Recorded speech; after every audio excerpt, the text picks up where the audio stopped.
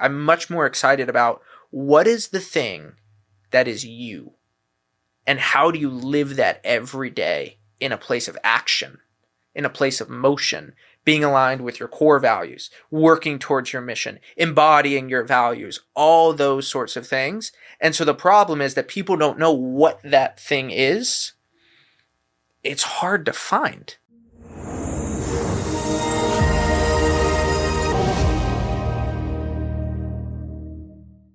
David Perell, welcome to the podcast.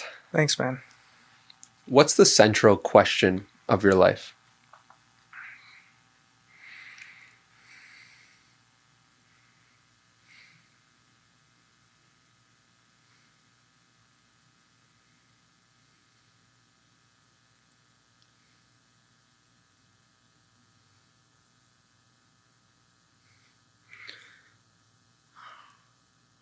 Probably has something to do with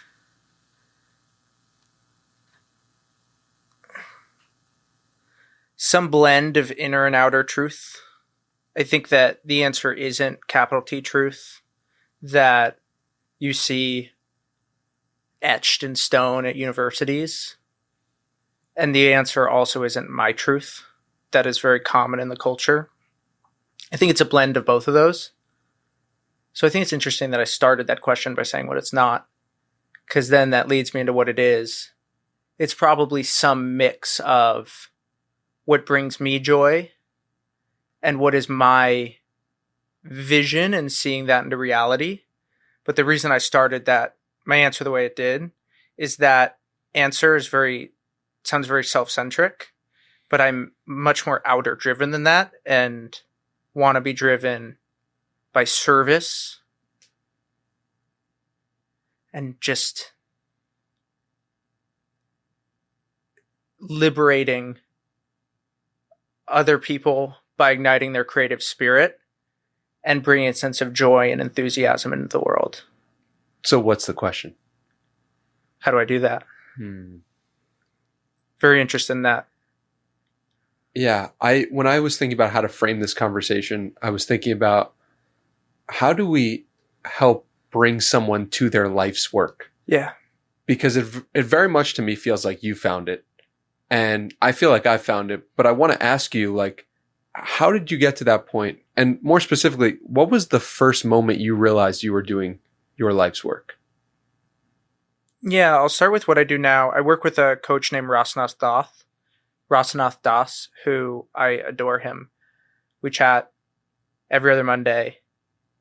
And he was a Buddhist monk for 4 years while working on Wall Street. He was in a monastery in the Lower East Side. And I think that juxtaposition between Buddhism and work gives you a real window into the kind of coaching that he does. And this is what we work on. What do I value? What is my mission? What do I care about? And it was funny. I was with a friend and I was prepping for one of our interviews or one of our coaching sessions. And I got my entire life down into three goals. My friend said, that's too many. You need one. And we compromised on 2. It took us about an hour and a half to get from 3 to 2. And he was like, no, you need 2. And he talked about the Steve Jobs focus isn't about saying yes to things, but saying yes to fewer things. It's not Warren Buffett. You write down 25 things, you circle 5. Focus about saying no. And the thing is, you're only focused when you are in pain and tortured by the things that you're not doing. Tormented. It's like, I want to do those things so badly, but they're only pretty good or pretty good, but they're not the thing. And we ended up getting down to serving God and building Rite of Passage. And serving God was the thing that I needed to have. That was the anchor. So that was actually a huge conversation. I'd recently become a believer. And what does that actually mean to have as one of my core things? But it was my number one. And that took about 30 minutes, 45 minutes to really get down to. And then the second question, like when I talk about pain and torture, was, do I build rite of passage or am I a creator? And ultimately, I said I'm going to focus on building rite of passage. And the question that my friend asked was, if you went to zero on creativity or if your company went to zero, which one would hurt you more? And the answer is my company. Why?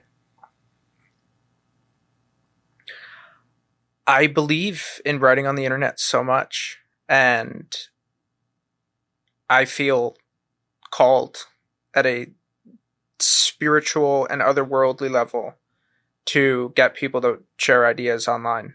And whether it's podcasting, whether it's writing, whether it's drawing, whether it's photography. But I really think that the big opportunity here is if you have ideas, a story to tell, you have domain expertise, and you share that idea with the world, you unlock levels of magic and serendipity that haven't been possible in the history of humanity. And that was a thesis that I had about a decade ago. It's a thesis that I executed on by myself for about 5 years. I was like, okay, this is right. And then now it's something that I've seen enough with students and people that I work with. And I really think that there's something deep here. And there's nothing bigger that I feel drawn to. That's just beyond me. So I'm in service to it. It's really interesting how what you described there is I chose the broader mission of the company greater than my own creativity, which really speaks to what is really at your core. The service in greater than, or at least you want to be known or seen as a CEO or entrepreneur more than you do a writer or creator. Yeah. All these questions are much more interesting if you take the least charitable take possible. And I think that there is something in my ego, in my sense of worth, of being a really good talent identifier that psychs me up. Like the way that people talk about Paul Graham as they go through Y Combinator, I'm like, oh, I want that. Or why? Well, it's the same thing with Peter Thiel. I think it's just unbelievable to have that sort of track record of identifying talent. This thing's badass. It's so cool. You spot talent. They're young. They're up and coming. You throw them some bones. You give them some advice. And you give them the support that they need. And with these very small amounts of money, you can do superhuman things. I had that happen with Tyler Cowan in Emergent Ventures. I was about to go on a date. I was in New York. And I hadn't been on a date in like 2 years. And I was so focused early in my career. And this girl was about to show up. And I saw her walking. She was a block up. It was our first date. And I got an email from Tyler that I'd gotten 20 grand as a grant. And I had no money at the time. I mean, we went to a cocktail bar where the cocktails were like $12. And I thought I was balling out. And she walks up, "How you doing?" I'm like, "Great." And I think there's something in my ego that's tied up with that. And I just think it's super cool. I was hanging out with the cultural tutor who we funded and Jonathan B., who is now starting a lecture series on the canon of Western philosophy and culture. And tell the cultural tutor story. Yeah. Well, it's funny because what I just want to get to is watching these people when there's an army of them succeed, that fires me up. It's like, I had this idea, this belief about how the world works that people think is crazy, and that I can incept people into getting them to write online and watch them love this idea that I have. I think I'm very tied to being deeply right about some thesis, about some way the world works. Like maybe I just needed one answer to my Peter Thiel question. You know, what do you know that other people think is crazy? Maybe I just needed one answer to achieve something deep. And I think there's probably even less charitable reads, but there is something there. The cultural tutor story is wild. It was a Thursday morning, and this was in June of 2022. And I was sitting down and I saw that he had just gotten to 100,000 followers on Twitter. And never in my life had I seen somebody grow on Twitter so fast with such good content. There's people who grow fast, but their content isn't good. They're gaming the algorithm. There's people with great content, but they're not growing fast. He was an anomaly. And I've scrolled. I mean, I've probably been halfway around the world in terms of how many miles I've scrolled with my right thumb on Twitter. And there was something different about this guy. And he had just hit 100,000 followers and was going to launch an email newsletter. And I just thought to myself, that is a horrible idea. If you launch the newsletter, you're going to constrain your growth. You want to be public growth and share things as much in public as you can if you want to grow fast. So I said I need to get in touch with him, but he was a statue account. By the grace of God, I had a reply. There was a reply to that tweet from a guy named Harry Dry, who I'd had dinner with in London about 5 months before, and said, proud of you, brother, with this photo tape, with this crappy iPhone. And I reach out to Harry on WhatsApp and I go, I need you to put me in touch with the cultural tutor right now. Do you know him? Who is he? And I get a text back. It says, yeah, it's one of the best chaps from growing up, and I've been helping him write. He used to work at McDonald's just a few months ago. He's now training for the British military. And I'm just like, put me in touch with him. So Harry, I guess, reaches out to cultural tutor and says, hey, I have this friend, David, who wants to chat with you. And Harry always used to joke that whenever we talk, I take his world and I expand it by 1,000. Like, it's just like, what? And he's from the British countryside, and I hop on with the cultural tutor, and I'm like, what's your story? He's like, I'm 25 years old, living with my parents, done a lot of money, basically worked the overnight shift at my university. I was cleaning out the McFlurry machines at Mickey D's a few months ago. This guy's working at McDonald's. McDonald's. And he's washing the windows, and he's just like, I love to write. And I say, why don't I just give you money so that you can just write full time? How much money do you need? And he goes, I need 30,000 pounds a year, which is not a lot of money. Actually, he said 24,000 pounds a year, 2,000 a month, which is about $30,000. I said, we'll give you a little bit more than that. Here's the deal. I'm never going to ask you to do anything. I just want you to write a Twitter thread every single day and build your email list. Call me if you need anything. And it's been 14 months, and he's at 1.5 million followers now. Is one of the fastest growing intellectual Twitter accounts in the world, if not number one. And that fires me up. Back to where we began. That, if I have 10 of those, 20 of those, that's cooler than writing a big essay. Wow. It's remarkable to me because he was anonymous. You had no idea, but something about his writing sparked you or sparked your interest. What is it? What was that about that situation? What is it that compels you to say there's something there? How long does it take you to listen to a podcast and know that the podcast interview is good? Immediately. Probably in the first question. First question. Yeah. That's how I am with writing. Yeah. I can read 4 to 6 sentences and know if someone switched on and know if they have game. It's, it's playing basketball. You just watch someone do a through the legs point guard, watch them do one spin move, take a little jump shot. You sort of know what it is. Same thing at golf. I can look at a golf swing. Any golfer can. You can look at a golf swing and you don't necessarily know that they're like tour level or not, but there's a shape of a good golf swing, a rhythm, a flow, a swagger. Same thing in writing. And the anonymous thing had nothing to do with it. If anything, it's easier. Because you don't have any preconceived biases. Yeah. What did Tyler Cowan see in you?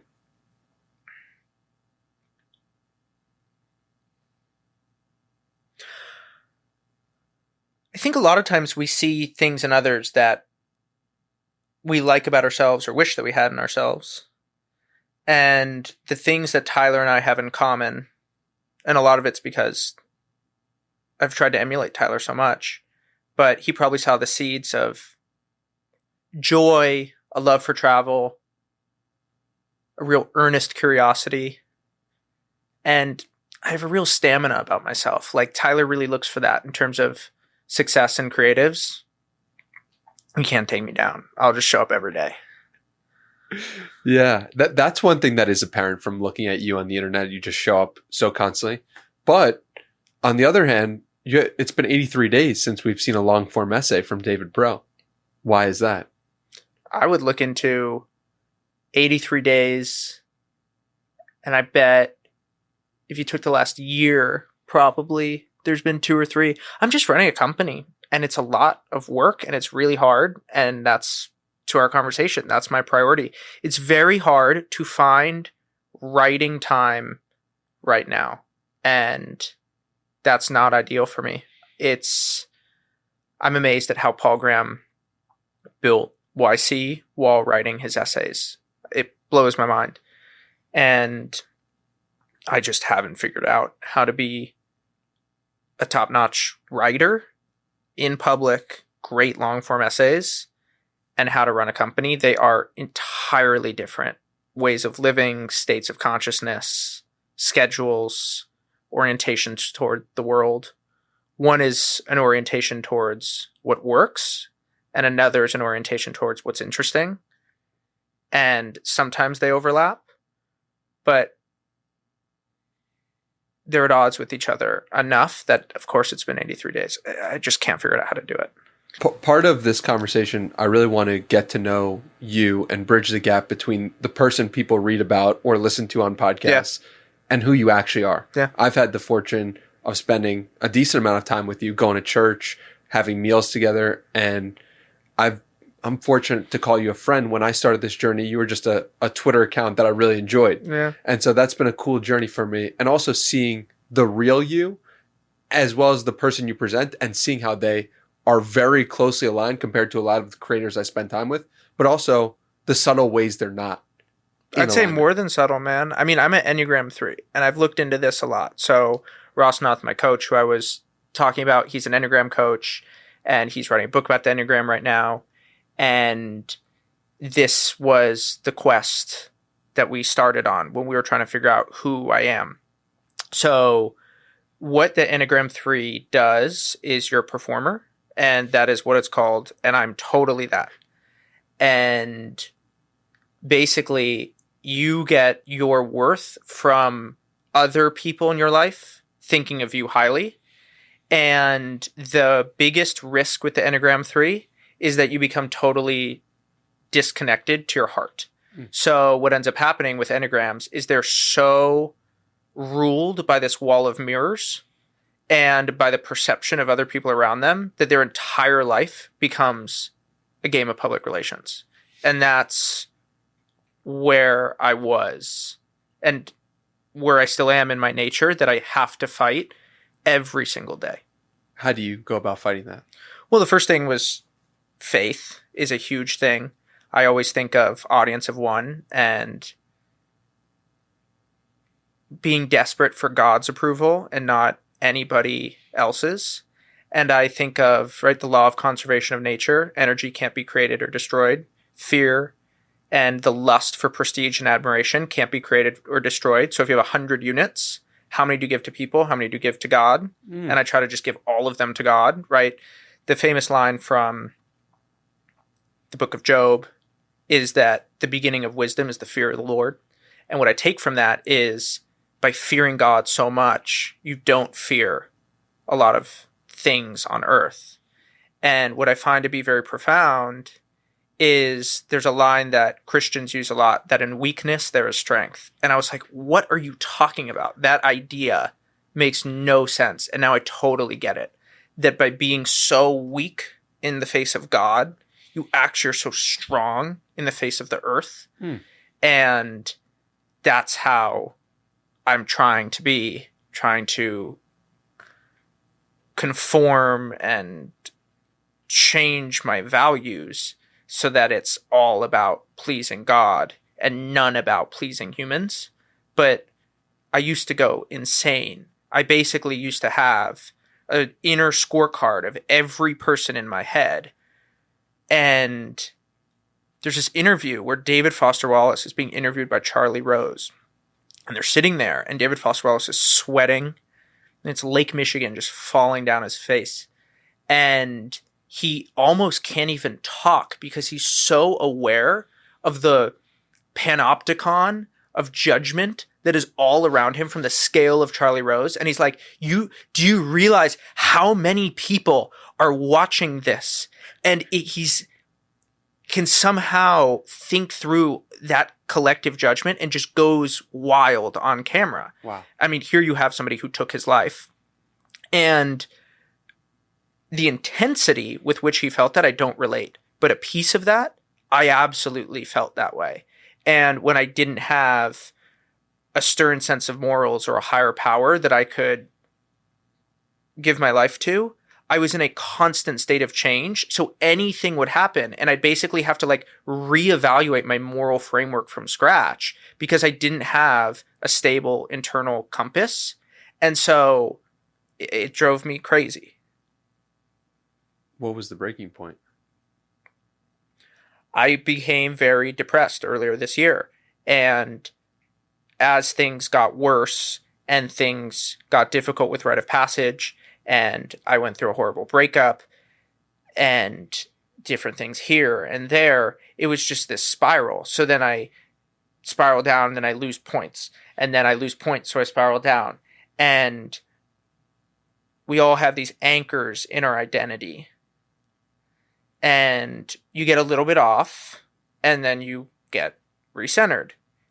I was so far off, and that I had no attachment to the anchor anymore. And so I went beyond myself to the point where I wasn't holding on to anything.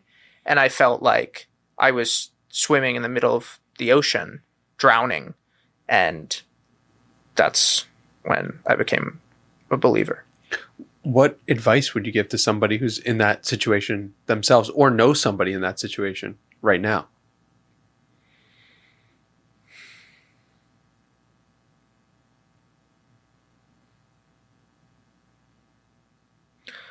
I think good friends is probably the most universal thing. You know, Noah builds the ark for a long time, and that's in the desert. There's not a lot of rain there. He's hammering away day by day. And friends are a little bit like that. A little bit. Cultivating friendships, being good to friends, being good to others. And friendship is so far beyond utilitarian calculus for me. I have very strong opinions about friendship that maybe we want to talk about later. And what I think I've had a sense for at an intuitive level is building tight friendships with a small group of ride or die brothers. And they showed up for me. I had, never forget it, Jeremy Giffen calls me and says, "How you doing, man?" I said, "I'm not doing well." And he lives in New York. I live in Austin. And he said, "Well, if you need me, I'll be there in 24 hours notice. No problem." One of the nicest things that anyone's ever said to me, surpassed by 5 hours later, "Yo, I booked a flight. I'm staying on your couch. Is that okay?" And it was, I'll never forget that. It was just to feel that sense of love from somebody. And then I had another friend, Brent Beshore's been on the show, called me up to Columbia, said, "Get the hell up here. You're staying on our couch for a weekend."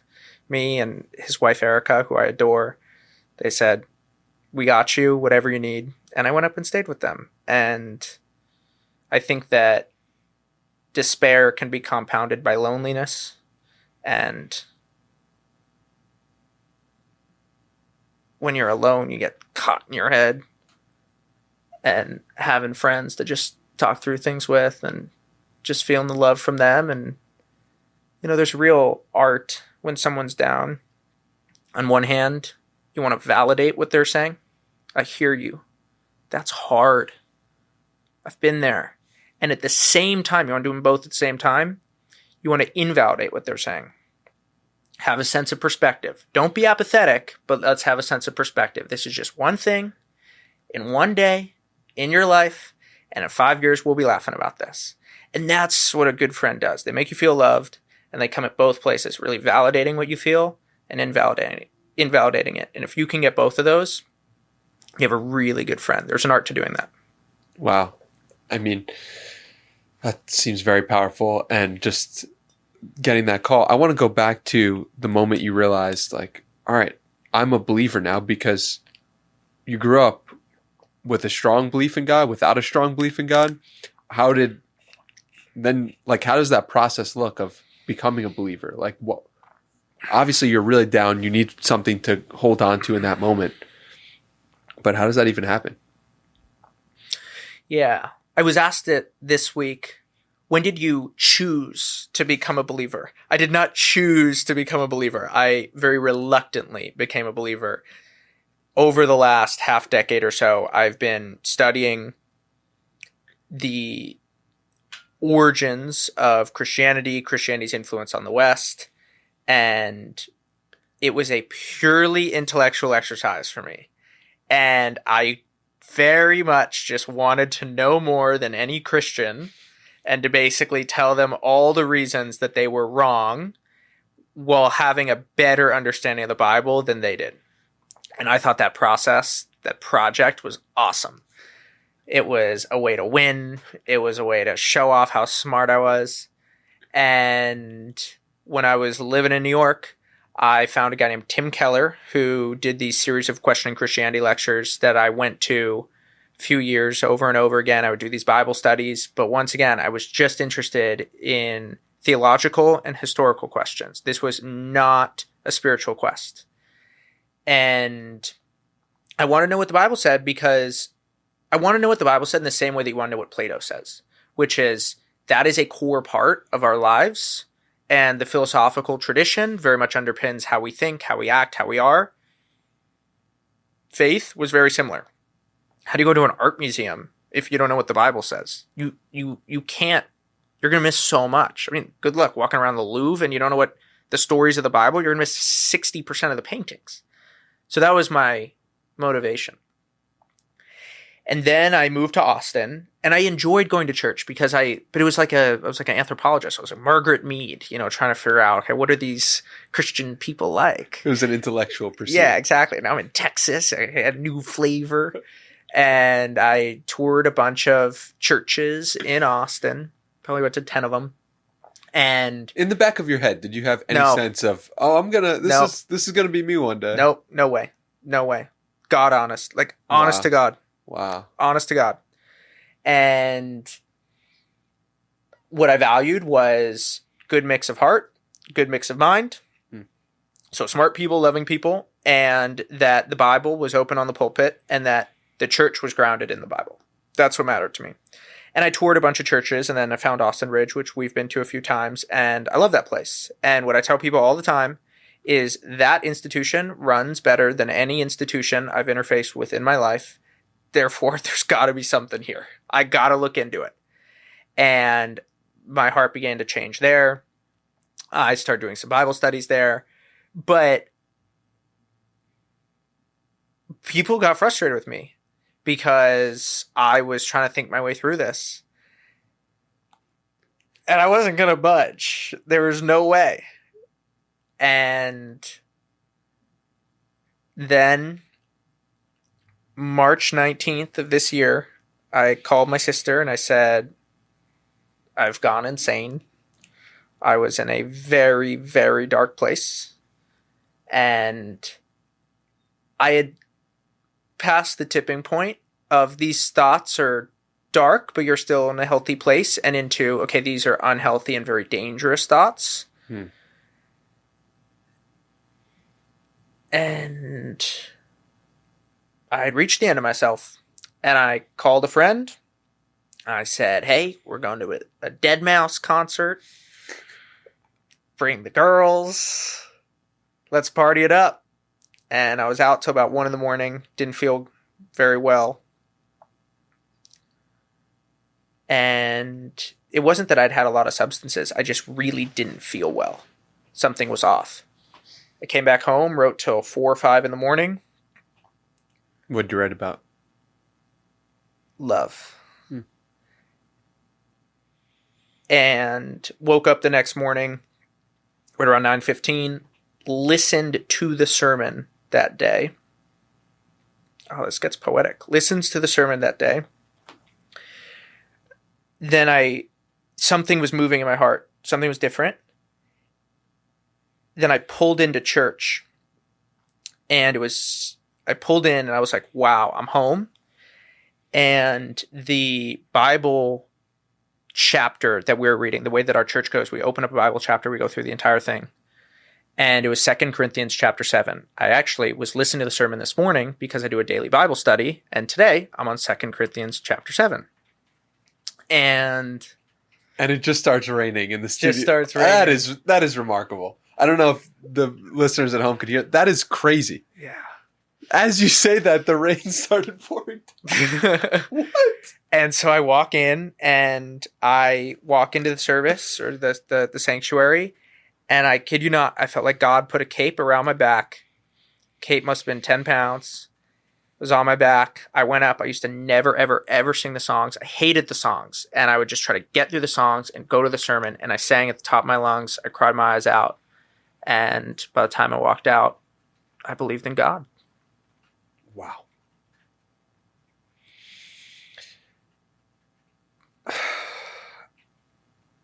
What's so interesting, and I'm curious to get your take on this, is that I don't know if it's social media or something else, but it seems like a very me-oriented culture that I was raised in, at least. Yeah. And I think social media is part of that because the profile, you look at your profile, you post on your profile, it's all you. Whereas you weren't really posting things in 1950, 60, 70, 80, 90. And so that nature of it, of making yourself the God in the social media landscape, really, if you have any bit of reflection, makes you say, like, there's more to all this than myself. And yeah, I think that I'm curious how you think social media has played a role in your release to God. I haven't really posted about it much. I think this is the first time I've ever talked about it. Wow. But I think these are long-standing trends. I think the photo images have a lot to do with it. The sense of self changes in an image. Think of the story of Narcissus. The big turning point is that he looks at his reflection in the water.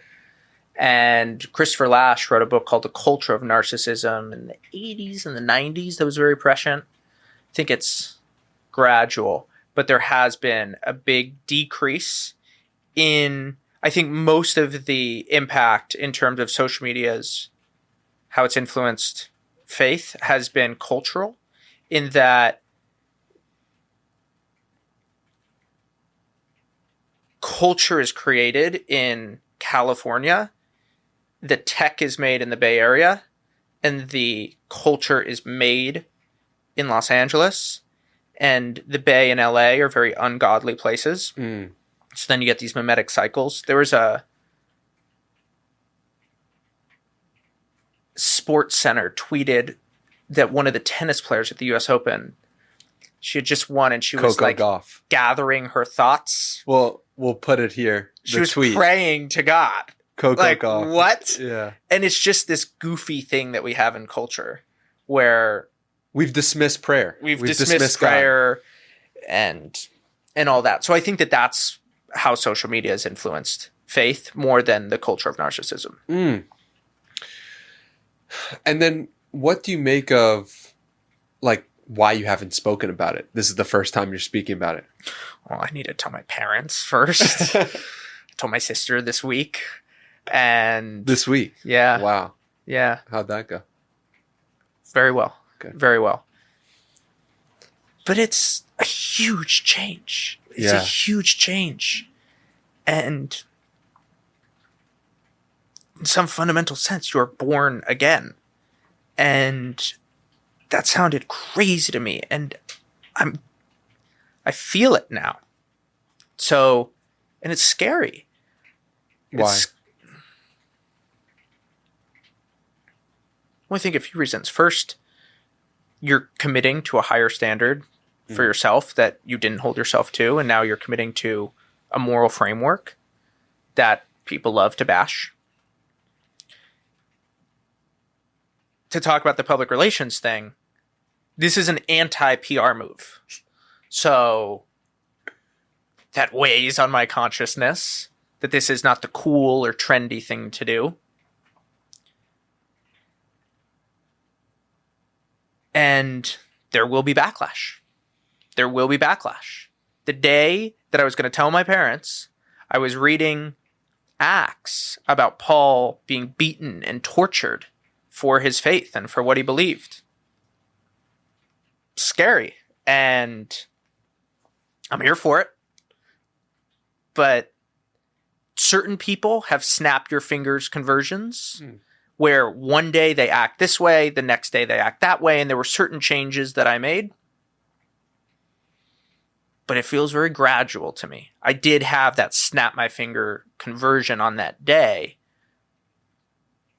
but it has felt a little bit more like a gradient because I've had to tell people, I've had to have the conversations about it, and they've been very hard conversations. Okay, a couple of things. But first, what advice would you have to somebody listening to this for the first time? Now they're curious about the Bible because they're like, David Perell, he's into the Bible. He's going to church. What's going on? Like, that blows their mind, but they're interested and intrigued in it. And they want to know where to start. What advice would you have for that person? Well, I would just start here. It's just such a cool book. Yeah. It's I went to the Museum of the Bible in Washington, D.C., and you walk into this room and it's been translated into hundreds, thousands of languages, this giant oval room, and you can just see all the different translations of the Bible. This book has been around for more than 2,000 years, people reading. I mean, #1 bestseller if you ever wanted one, you know? Lindy. And it stood the test of time. If you look at the founding of America, you read the Declaration of Independence. We hold these truths to be self-evident that all men are created equal. What do you mean that's self-evident? It's not self-evident at all. The next sentence says we are endowed by our Creator with inalienable rights. Okay, so that's pretty interesting. That the most memorable line in the Declaration of Independence for America, it is backed up by the Lord Almighty. Okay, so let's look into that. Then you read the New Testament, and if you read Paul's letter to the Corinthians, he says, if Jesus has not been risen, then our faith is in vain. Meaning that Christians themselves in the Bible are writing that your faith is flimsy and based on nothing if Jesus hasn't been risen. Which to me, I said, that means this is either the biggest scam in human history, billions of people believe it, or this is capital T truth. Man, that's exciting. Woo! You know, let's bring our hands together. Let's row them together. Let's get into the weeds here. I'm like, that sounds fascinating. And then you have this thing where if you look at the stats and you say, in what way is our age an anomaly? One of the big things is this is an age without a lot of faith. What does that imply for humanity? What does that mean? Hey, you want to be cultured? Well, how are you going to be cultured? How are you going to read great literature? How are you going to study great art? How are you going to travel through Europe if you don't know what the Bible says? For me, that was my mission, to go figure that out, to go try to solve those questions from an intellectual perspective. That sounds like the greatest puzzle of all time. Yeah, when it really hit me that this is something that's been referenced so many times and I have such a awareness of, but I've never actually dove into the text and read it myself. To me, that was like the sign of like, all right, like let's get to work here. There's something to be done. There's some things that I need to read in order to fully understand the world in which we're talking about, because so often we will make these assumptions about the Bible or religion, and you could listen to my episode with Brent. Be sure to listen to all my assumptions. And I still have many of those, but I want to explore them further and really test them and read about the thing that we have put on a pedestal in our society in terms of a text that's been read by the most amount of people. Yeah. Brent said one of the greatest things ever to me, which is what I hope to say to other people is you can think what you want to think. It is by faith that I believe. Absolutely. I do not have any firm proof. It is by faith. There's two things. The first is any worldview that you adopt is going to have faith. There was a study that came out. I'd always been taught that the Earth was 13 billion years old, and the study comes out. Turns out it's 26 billion years old. So we're off by 13 billion years. And what I take from that is even in the scientific worldview, some would say especially in the scientific worldview, there's a lot of faith that people's idea of truth is grounded on. We're off by 13 billion years. So ideas like that sort of loosened the screws on my atheism and made me realize, hey, no matter what position I adopt, it's going to have to be a leap of faith. And with that, you can think what you want. But if you're not going to be a believing Christian, have some good answers for why. Maybe read a few of the books, know what it actually says. And most people I speak with haven't read the Bible. I'm not talking about the whole thing, but read one of the Gospels, a few of Paul's letters, some of the Old Testament, just get a general handle on what it actually says. Christianity is bad PR in the culture for good reason. And people have church hurt. You know, they have bad experiences around faith, and I get it. But I don't worship the church. I don't worship people who are Christians. I don't worship the Bible. I worship Jesus, and I try to follow Jesus. And that's what I care about. And one thing that really helped me was realizing that there are way more Christians in the world than I realized, and way fewer Christians. There are way more in that, in some sense, everyone in the West is a Christian.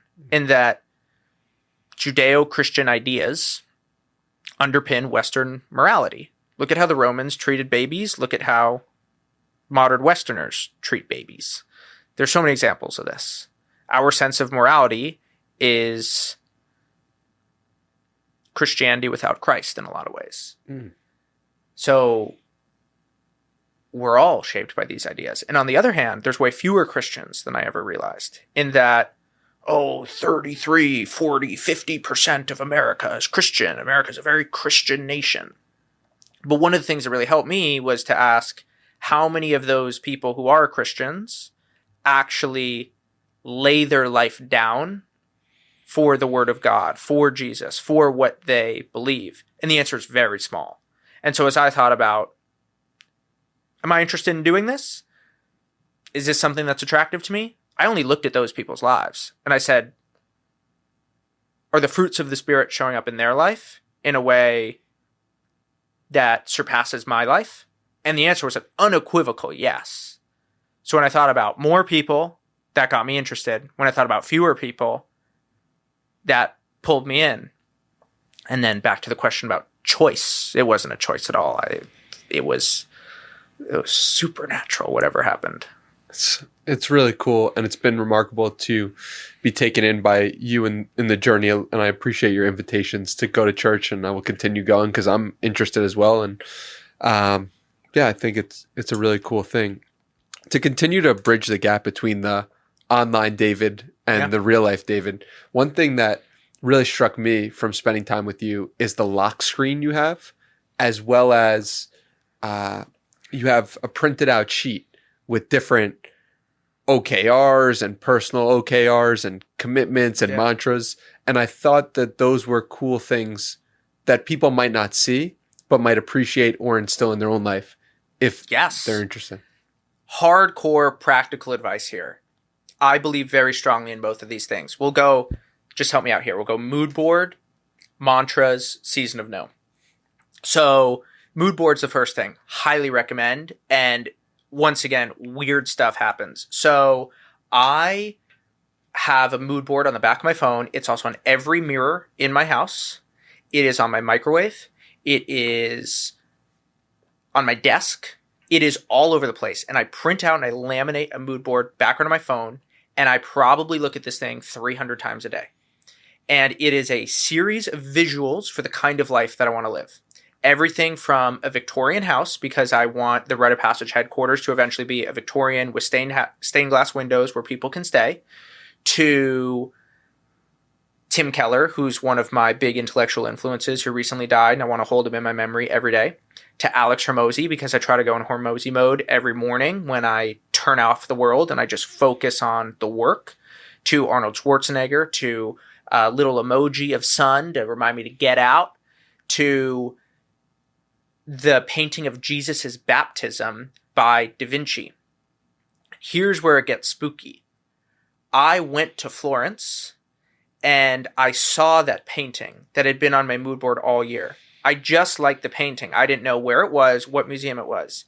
And I walked into the room and I saw it right before my eyes. Wow. And I was floored.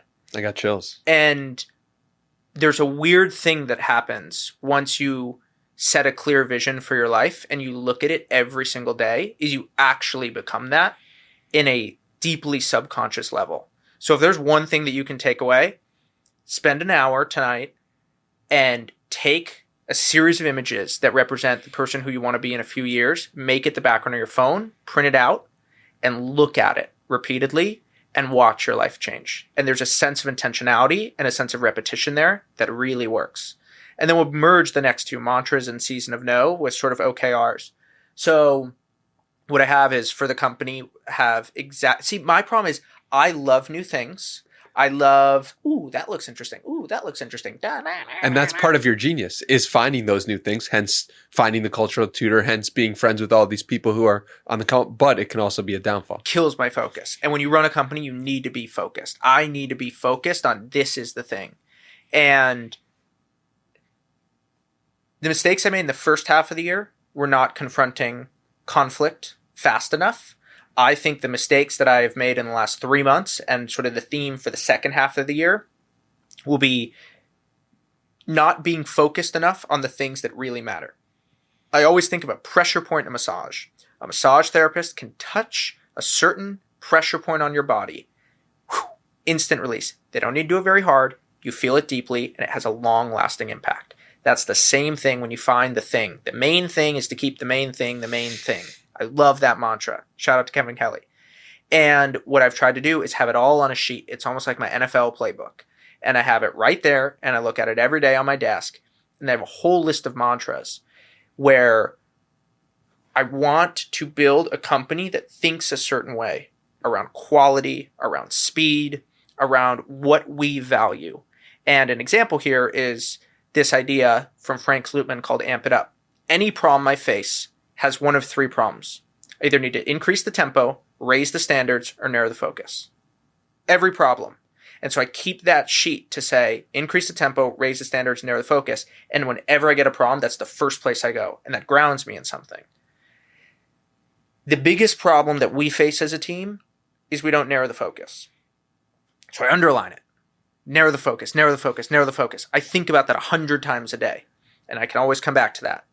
And I keep it right there for every meeting. And then what I can do, look at great CEOs. Bezos, Steve Jobs, make extraordinarily great products. Insanely great products, he used to say.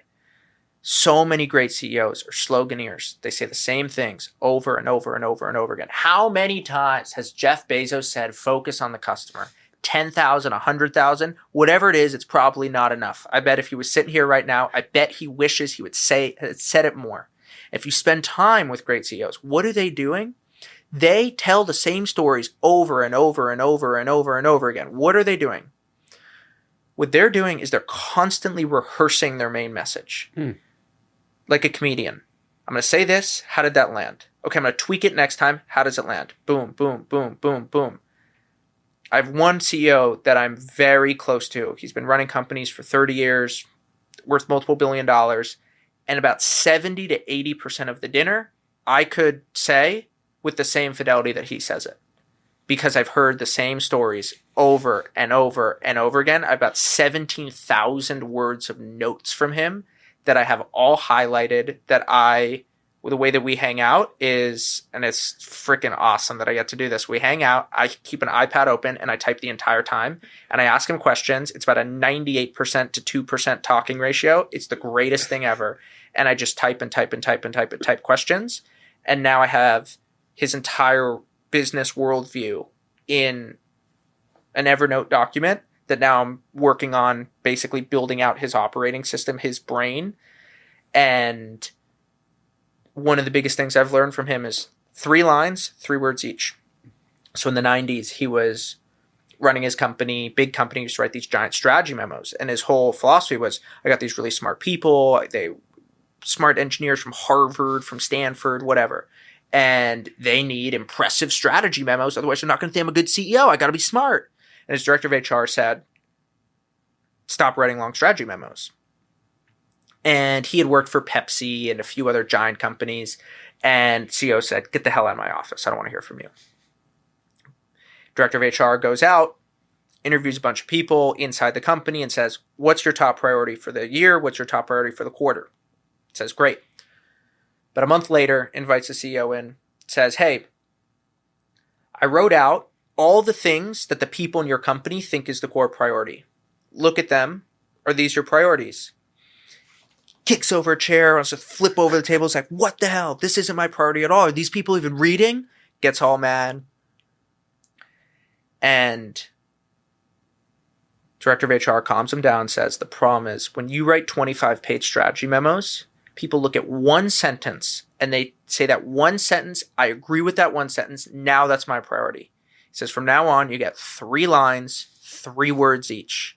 That is your entire focus. It's been 25 years. He says it's one of the best business decisions he's ever made to switch to 3 lines, 3 words each. Wow. So amp it up. Is that yours? What would you define your message, the core message that you're repeating over and over again? Ours is publish quality ideas, find your people, and 2x your potential. Those are the 3 things that we are totally orbited around at Rite of Passage. Publish quality ideas. Your stuff has to be good. You got to publish it. And ideas is plural because we believe in being prolific. The second one is find your people. That is build an audience. It's like a triple entendre.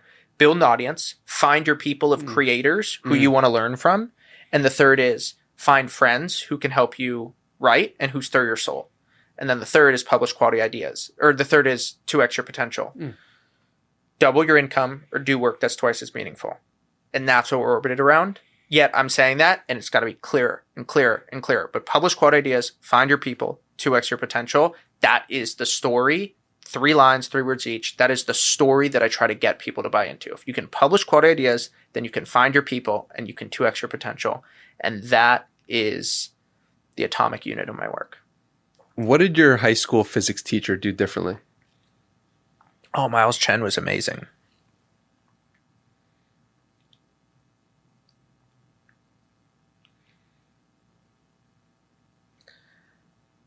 So, never told the story before. So when we were in high school, we were kids and we would sometimes crack racist jokes. And I'm not proud of it, but we would. And we were driving one day and I was the team captain of the golf team. And we were driving one day and we're going through West Oakland, which is not a good neighborhood. And my golf coach and my physics teacher and my advisor, same guy, Miles Chen, skirts the car over, gets into a spot. This guy parked a car faster than anybody else. And what he would do is he would drive up to the car in front of him so fast and he'd slam on the brakes. And he'd go, and your neck would hit the seat back. And he did that and he goes, David, get the hell out of the car. So okay, get out of the car. He steps outside. He goes, come with me.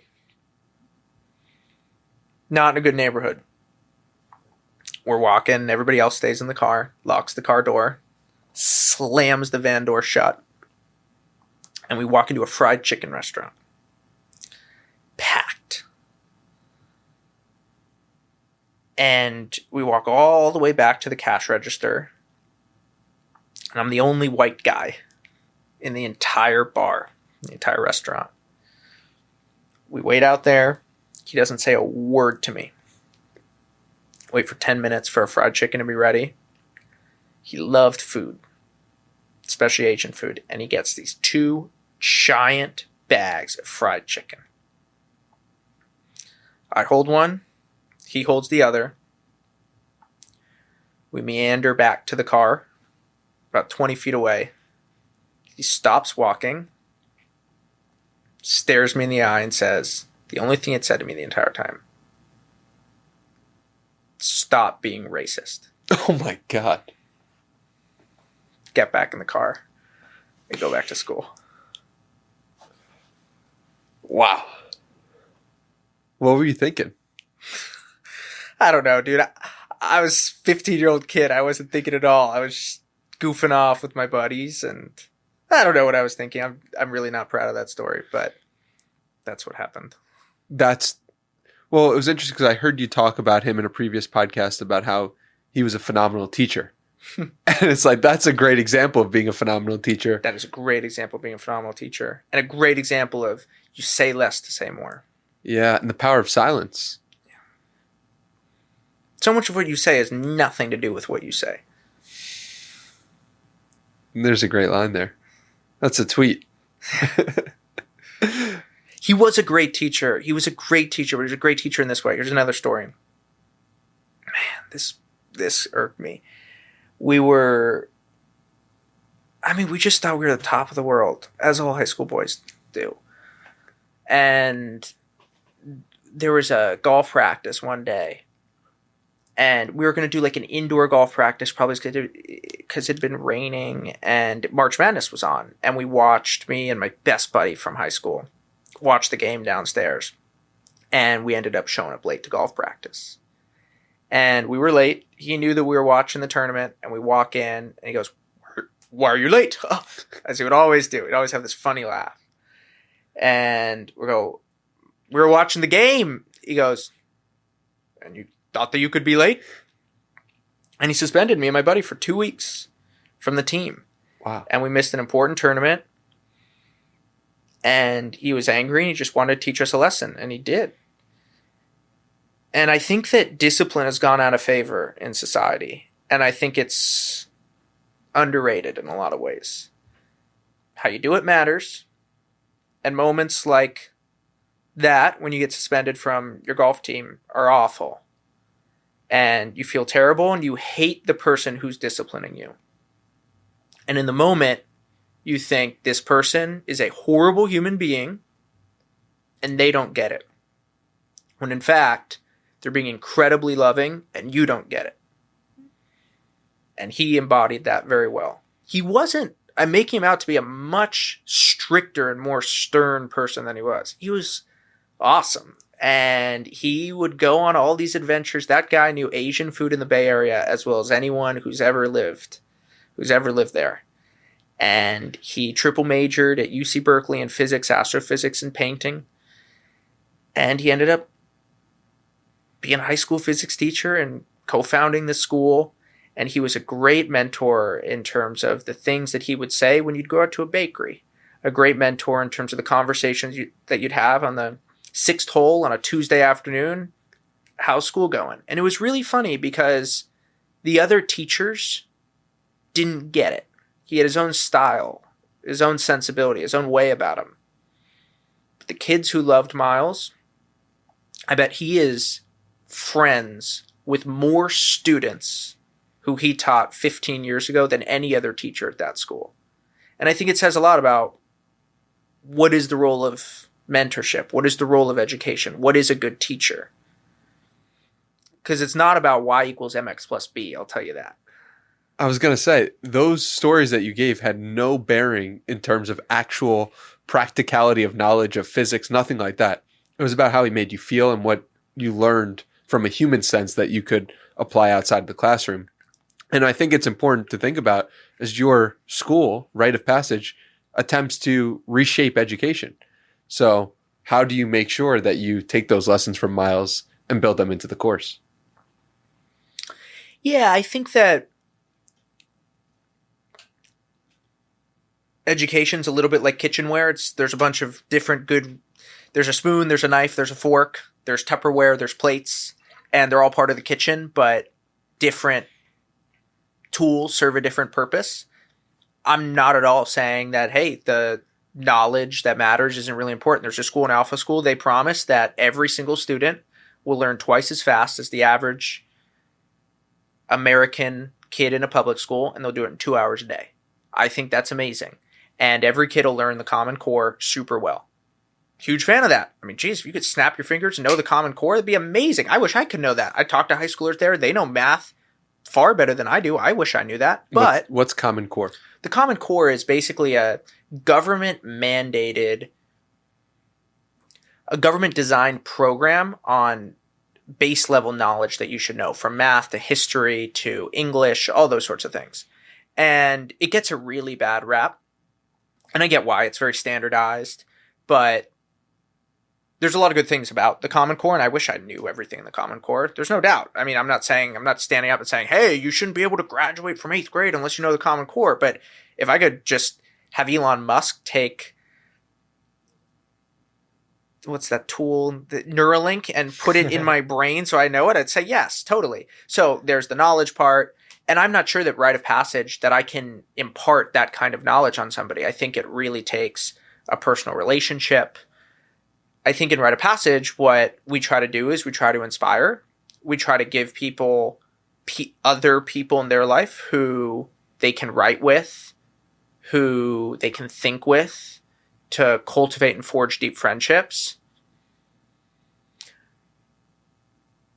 So I think that these are just different approaches to education and different ways of doing it. Makes sense. How do you think about relationships and romantic relationships being on social media? Particularly because I was thinking about how this is the first generation of people who are creators, and how do they navigate romantic relationships? I just keep it out of the spotlight. The way that I think of, I just don't want that to be public. I really want a deep and intense private life. And I feel like I have that. But what about finding that person? Yeah, it's funny. I have a counselor who I worked with when I was in my relationship who tried to salvage it, and love the guy. And we put together a plan for how to meet a significant other. So just as I have OKRs and all that, I have a plan for how to think about this. And the best way is, who loves matchmaking? Women in happy marriages where the family adores you. That is so smart. Wives, put them to work for you. So that is a big way that I think about this, and the church plays a big component. But just being honest about this is what I want. And what he said is, if you're a man who has a strong sense of morals, and you're a high integrity person, and you consistently do what you say you're going to do, and you follow through on your word, and you're someone with a sense of vision, and you're on a mission, and you treat others right, of course people want to set you up. And that's 100 times better than swiping left and right on Tinder on a Saturday night when your dinner date canceled on you and you're just desperately trying to find some date. And I think that one of the ways that I've been thinking about it is not think of it as dating, but think of it as courtship. And just what's implied in that, I think, is smart as a way to think about it. And, maybe I should watch some Jane Austen movies and think of the white glove ball. But I think that there's a lot of wisdom in the idea of going to a ball and dancing, and how people in Texas go two-stepping. And that's the way to do it. Logan Uri has this idea where she says, things that you enjoy, high propensity to meet people, find things that are high on both of those axes. But I just think personal introductions, which is the way we always used to do it. Someone knows you, they introduce you, they set you up, and both people have a strong incentive to treat each other very well. You get no ghosting, you don't get bad behavior. Brilliant. Yeah, that is true. I mean, you have a great quote here where you said, people who jump from relationship to relationship in search of variety have it backward. Deep relationships are singular, while superficial ones are basically the same. So if you want the kind of variety that matters, invest in long-term relationships. And so wise, it's so true, but it's not often practiced by people in their 20s. Same thing with friends. Yeah. I mean, I have a few friends. I have their names written down. I mean, if they call me right now, I'd leave this podcast. I'd fly to wherever they are in the world. Someone was in middle of Europe, needs help. Mozambique, Argentina. I'd be on a plane right now. Very small group of friends. And I've told them that you're part of my ride or die crew. Whatever you need, the answer is yes. It's a small group, very deep friendships. And I travel with them. And I see them as my closest advisors. I advise them. We're brutally honest with each other. And they're a series of brothers that I've surrounded myself with. Some are older, some are the same age. I want to have a few younger guys who are similar ways. And, you know, the relationships definitely change with age. I have a few great mentors who tell me what I need to hear. And they're really hard on me sometimes. Had a guy yell at me so intensely in February that he had saliva coming out of his mouth. That guy loves me. That guy loves me and would be with me till the day I die. He would do anything for me. And he was just expressing emotion. He was expressing fire. And in this dull, gray, pale, sterile world that we live in, where stoicism is hailed as the crazy elite virtue of not expressing emotion, of being calm, of not, it can be interpreted as not putting your heart into things. It's the opposite that I'm more attracted to, of intense emotion and devotion and feeling and pouring your heart into things. I'm a highs and low kind of guy. I look at King David in the Bible, and that guy had the highest of highs, and he had some tough lows. And what did he do? He wrote the Psalms, so many of them. He wrote beautiful poetry. He played the lyre, beautiful music. And I'm very inspired by that. And I was somebody who did pursue stoicism and said, hey, how can I be even keel? It's not me. I am somebody who has embraced and told the people around me, I'm going to have high highs and I'm going to have low lows. And in the high highs, I want you to fly with me. Make sure I don't turn out like Icarus, flying too close to the sun. But when I'm low lows, that's when I need you to come out, stay on my couch. That's when I need you to call me. That's when I need you to be with me. And that's when I need you to love me well. And I'll do the same thing for you. And I'm very explicit about what that looks like. Not in a way that kills the beauty and the majesty of the relationship. But we all know. And we're there for each other. And it's a beautiful thing. You know, at one point you said like your heart wasn't in life. And you also said that you were so alone, it felt like. Yeah. And when did this band of brothers that come about? Came out of that. Yeah, it makes sense. Really came out of that. And it's been one of my major focuses of this year. It was all implicit, and I've really made it implicit. This has been through my work with Rosnath, and one of the things that I was mentioning earlier about a season of no, I wrote out a very small list of things that I do and a very large list of things that I don't do. And it's all on a sheet. So it is almost algorithmic. If I get an invitation, I cross-reference with the sheet, and the answer is yes or no. And I worked very hard on making sure that the things that I am and am not allowed to do have really been thought through. And one of the things that I needed to think about was, out of the people in my life, who do I want to be fully devoted to? Who are the men that I'm going to say yes to no matter what? And when I did that, I had a very small list. And I wrote out certain people in my life that I really want to invest in those relationships. And from once you get a sense of clarity is sharp, it's pointy, it can be offensive.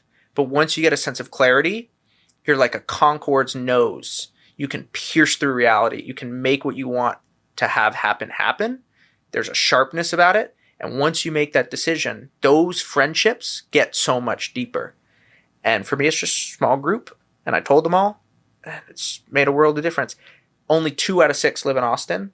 And I see every single person at least every 6 weeks. And are they all friends with each other as well? No. This is just like one-on-one, you being the spoke to all of them. Sometimes they come together. Right. Sometimes I'll introduce them, but they're mostly in separate spheres. And when you came up with that list of, yes, I'm doing this, no, I'm doing that, what are on those lists? And how can people think through for themselves their own yes and no lists? I'll give you a very concrete example. I had a very high-level person in Austin invite me to a cocktail party. This is a common occurrence for David Perell. I said no. And the reason is I don't do cocktail parties. I don't do group dinners that are more than 6 people. I will skip out on a lot of big group events that would be really exciting that I just no longer do. And I don't have to think about being enamored by the glitz and the glam of the opportunity. I don't have to be, another thing I don't go to conferences. None. I don't go to conferences unless one of my tightest buddies is running that conference, in which case I go to every single one. I don't go to weddings unless it's in Austin or it's one of the people that I really care about, in which case I ball out, right? And it's just, I was getting so distracted that I wasn't present at the things that I was going to. I wasn't doing the work that I'm on this planet to be doing. I wasn't being the friend or the family member that I was capable of being. And by having a firmer line, which I need, I'm in no way giving a panacea advice for everybody. This is what works for me with my circumstances, my psychology, and my very particular set of strengths and weaknesses at this point in my life right now. So with that as a caveat, having these clear edges helped me because I get very excited and I end up making decisions that I end up regretting later on. Yeah, I think what it sounds like one of the things that you've had trouble with as you've grown rapidly is getting seduced by all the options that are in front of you. You know the story of the girl in the red dress in the Matrix? Yes, but you can walking, sees the girl in the red dress. And who is it who says, "What were you looking at? Did you hear what I said?" And turns around and someone with a gun right there. Bang. And I got this from Alex Ramosi, but it's so good. So much of life is that girl in the red dress. Enticing, beautiful, seducing, attracts you, and then the gun is right there behind you. But the big lesson that I got from Ramosi is that you constantly need to be relearning what the girl in the red dress looks like, who she is, because as you get bigger and bigger, she becomes more and more seductive. Yeah. And I have fallen into red dress traps over and over again in the last few years, and I regret my lack of focus. It has set me back quite a bit. I've burned hundreds of thousands of dollars because of it. And I've had relationships that have been very deeply hurt because of my wandering eye with opportunities. And I think about that a lot. So yes, I do need very firm boundaries and set of rules. I think of rules all the time. Well, this points to why you got so excited when you could give the cultural tutor specific advice of just double down on writing a thread every single day. Go, go, go. Because you're like, I know the mistake that I made, and I know the mistake that I wish I didn't make, and it was more focus in that part of my life. And because of that, he's gone further, faster. Totally. So what other things should people be thinking about? A lot of people listening to this right now either have aspirations to grow massive audiences or they have them right now.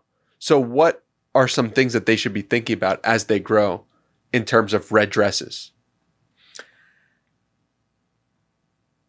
Well, one of the things that I like to ask is, how do I craft the path that only I can craft? Be the person I can only be. Carve the path that only I can carve. Be the person that only I can be. Do the things that only I can do, and write the essay that only I can write. I come back to that all the time. And there's a few things there. There's the seeds of distinction, action, and knowing that it's going to take time for you to get there. It's really easy to have distinction and differentiation. I mean, look at modern art. Modern art is atrocious because it's only going for those sorts of things. I mean, Duchamp puts a urinal in an art museum in 1913, and people are like, wow, this is crazy that there's a urinal. And honestly, it's a genius move. Duchamp is a smart guy. If you watch interviews with him, there's a great documentary by Roger Scruton called Why Beauty Matters. Very foundational to my worldview. And there's some interviews with Duchamp, and he's brilliant in terms of how he thought about that. But then you now have bananas that are plastered and duct taped to the walls. You have people who defecate in museums and they call it art.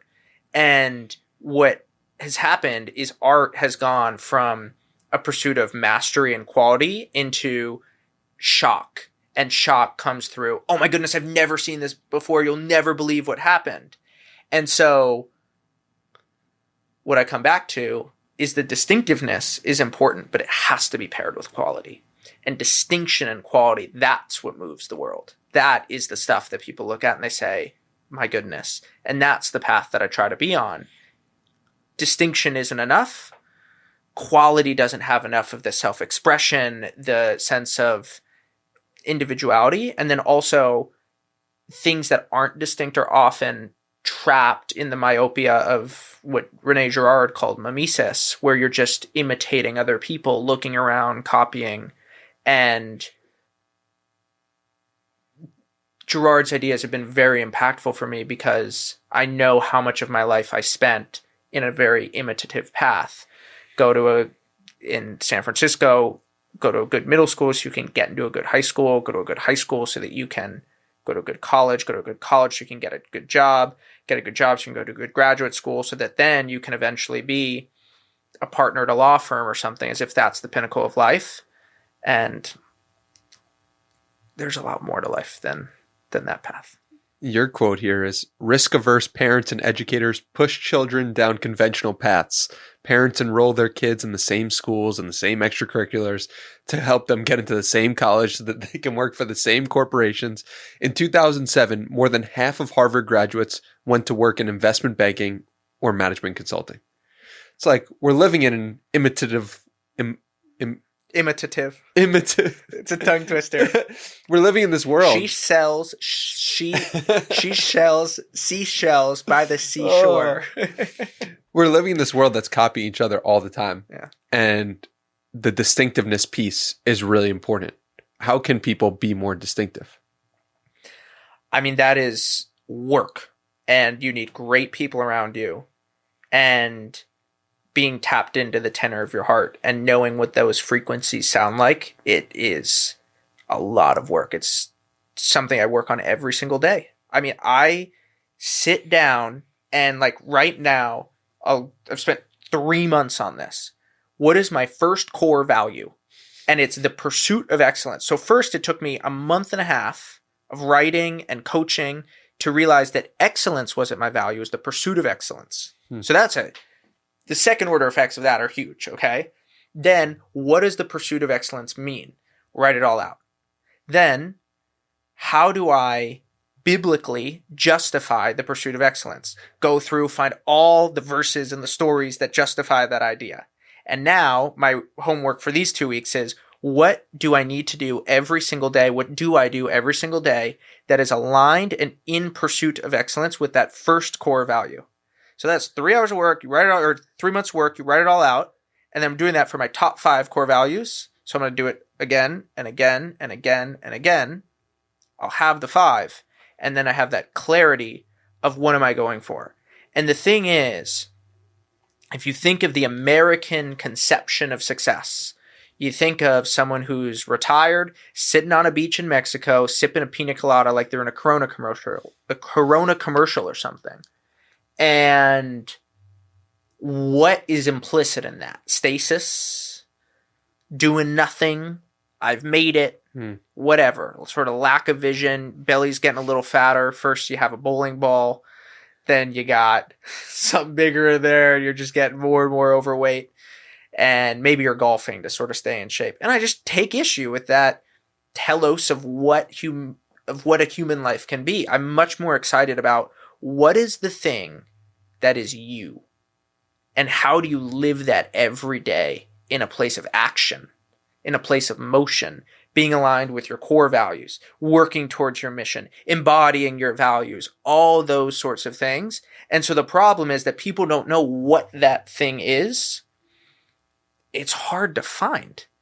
But then if you find what those things are and you define them for yourself, then you can just constantly live in your values, striving towards a clear set of highest ideals that you've defined for yourself, and then constantly working in service of God, in service of other people, in service of your highest ideals, in service of a mission of another future, working towards that and trying to bring it onto planet Earth every day. I've sent this quote of yours to at least 3 or 4 of my friends, saying, I have some friends whose careers have absolutely taken off, and the common theme among them is that they've surrendered to their nature.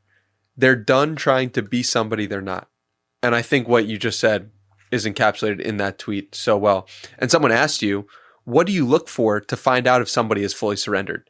And you said, a lack of procrastination and general energy. You can see the vitality or lack thereof in their eyes, and it takes 2 or 3 seconds. Mm-hmm. And so I'd love to... It's so sexy when people are on a mission. Yeah. It's just awesome. Yeah. You can feel it. They're onto something. They're on a different wavelength. And the thing is, some people are doing it very selfishly, which I find to be repulsive, and some people are doing it in service of something higher, and they're feeling called for something. There's elevated, it's devotional, and it's so beautiful. Yeah, it's special, man. And you're clearly someone who's on that path, and it's an honor sitting across from you so many times. You can check out our previous episodes linked below. But I like to end these podcasts with challenges. Yeah. And I ask the guests for a challenge to leave the audience with something to hopefully live a better life. Does a challenge come to mind? Yeah, I got a few. Know what the Bible says.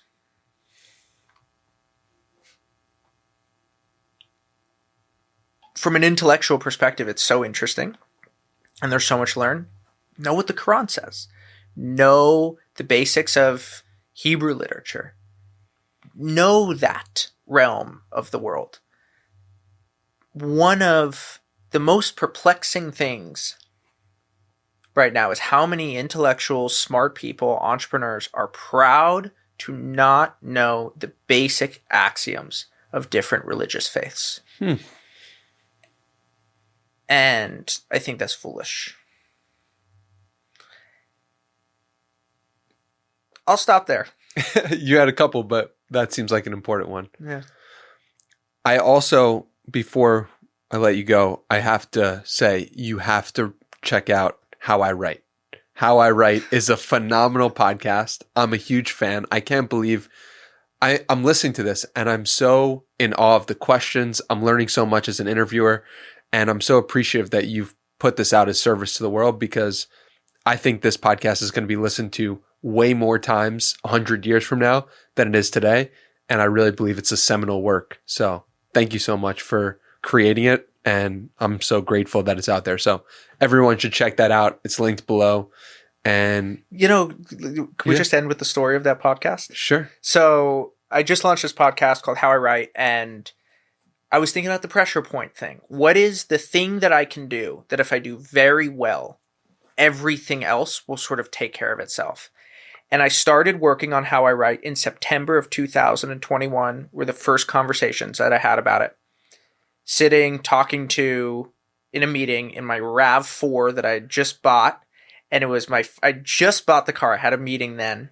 And it went from September 2021 with a whole series of events, from people resigning to internal battles of what does the quality bar look like, to trying to figure out what is this show going to be about, to building an entire production studio in Austin so that we could host people and do all the episodes on video. It took me 23 months from the first phase of planning to launch. And No wonder why it's so good. thank you. And I think that it was just one of those moments when I realized, and this is something that a question I'm very interested in right now. Like, how do I do fewer things so that the things that I do can be as good as I can possibly make them? Mm-hmm. And to go back to values, that to me is where, when you define your values and you clarify that the pursuit of excellence is one of your values, that is then how very practically it manifests in my life with this show. And I'm not saying the show is perfect. I'm not even saying it's excellence. But what I can tell you is that there is a wholehearted pursuit of excellence. And that is where the very abstract work of defining values shows up very practically in my life. Well, I will say it's excellent. And I think there are many other people who would agree with that. And I recommend Kevin Kelly episode is so good, which just came out recently. But the cultural tutor one and Tyler Cowan's episode, I was like blown away. Thanks, man. So keep doing the great work and keep being you, because you're a real special person. And I'm really grateful to have known you and to see you online, but also see you in person. I really appreciated what you said to me the other day at brunch when you just said there's the real you and there's the in public you. And it was something I'd so been working on. Yeah. And I want to just be as much the real me as I can. And it's taken a lot. There's a lot of fear and anxiety that was rooted in me from many years of conditioning and life and things that who knows what happened.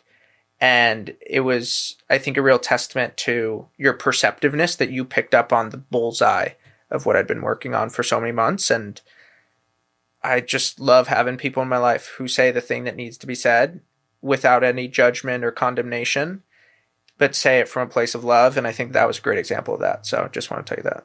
Thank you. I appreciate that. And who could you be if you surrendered to your true nature? Yeah. Is the question I'll leave everyone off with. At David_Perell on Twitter, riteofpassage.com or riteofpassage.school. We just bought riteofpassage.com, but it is riteofpassage.school. That was a whole negotiation, but that's the way it is. Thank you so much for spending the time here today. Thanks, man.